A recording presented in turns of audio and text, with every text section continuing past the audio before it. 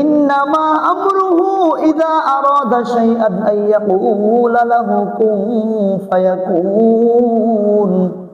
আমি আল্লাহ যখন যেটার ইচ্ছে করি তখনই সেটা হয়। আমি আল্লাহ যদি বলি কুন, সঙ্গে সঙ্গে হয়ে যায় ফায়াকুন।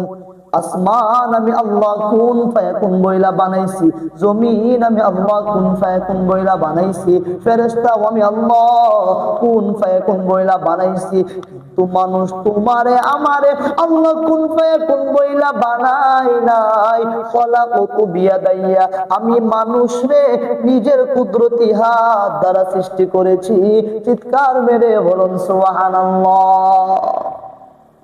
আল্লাহ পাক রব্বুল আলামিন ডাক দিয়ে বলেন, রে বান্দা, বড় মহব্বত কইরা তোরে আমি বানাইছি, একদিন দুই দিনে তোরে আমি বানাই নাই। তোর মায়ের গর্ভে রাইখা তোরে আমি 10 মাস 10 দিনে বান্দা সৃষ্টি করেছি। আল্লাহ পাক রব্বুল আলামিন বলেন, রে বান্দা, তোর বয়স যখন 6 থেকে 7 মাস তোর মায়ের গর্ভে, আমি আল্লাহ পাক রব্বুল আলামিন তোর নাকটারে যখন আমি আল্লাহ বানাই, একবারের জায়গায় কয়েকবার আমি আল্লাহর কুদরতি নজর দ্বারা তাকায় দেখি বান্দার নাক ঠিক আছে কিনা। বান্দার নাকের মধ্যে 2টা ছিদ্র আমি আল্লাহ পাক রব্বুল আলামিন দিয়ে দিয়েছি। কেন দিলাম জানোনি? যেন বান্দার নিঃশ্বাস নিতে সহজ হয়, আরামদায়ক হয়। আমি আল্লাহ পাক রব্বুল আলামিন যখন বান্দার 2টা চক্ষু বানাই, চক্ষু বানাইয়া যখন লাগায় দেই, আল্লাহ পাক রব্বুল আলামিন বলে একবারের জায়গায় আমি আল্লাহ কয়েকবার আমি আল্লাহর কুদরতি নজর দ্বারা তাকায় দেখি বান্দার চক্ষু 2টা ঠিক আছে কিনা।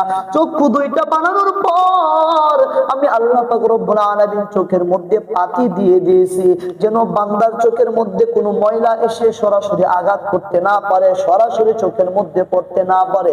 আল্লাহ পাক রব্বুল আলামিন বলেন, বান্দা, আমি আল্লাহ যখন তোর হাত 2টা বানাই, হাতের মধ্যে 5টা আঙ্গুল দিয়েছি। 5টা আঙ্গুল দেওয়ার পর আমি আল্লাহ পাক রব্বুল আলামিন ভাবলাম 5টা আঙ্গুল যদি এক সমান হয়, বান্দার কাজ কাম করতে কঠিন হবে, কোনো বস্তু হাতের মধ্যে সহজে নিতে পারবে না।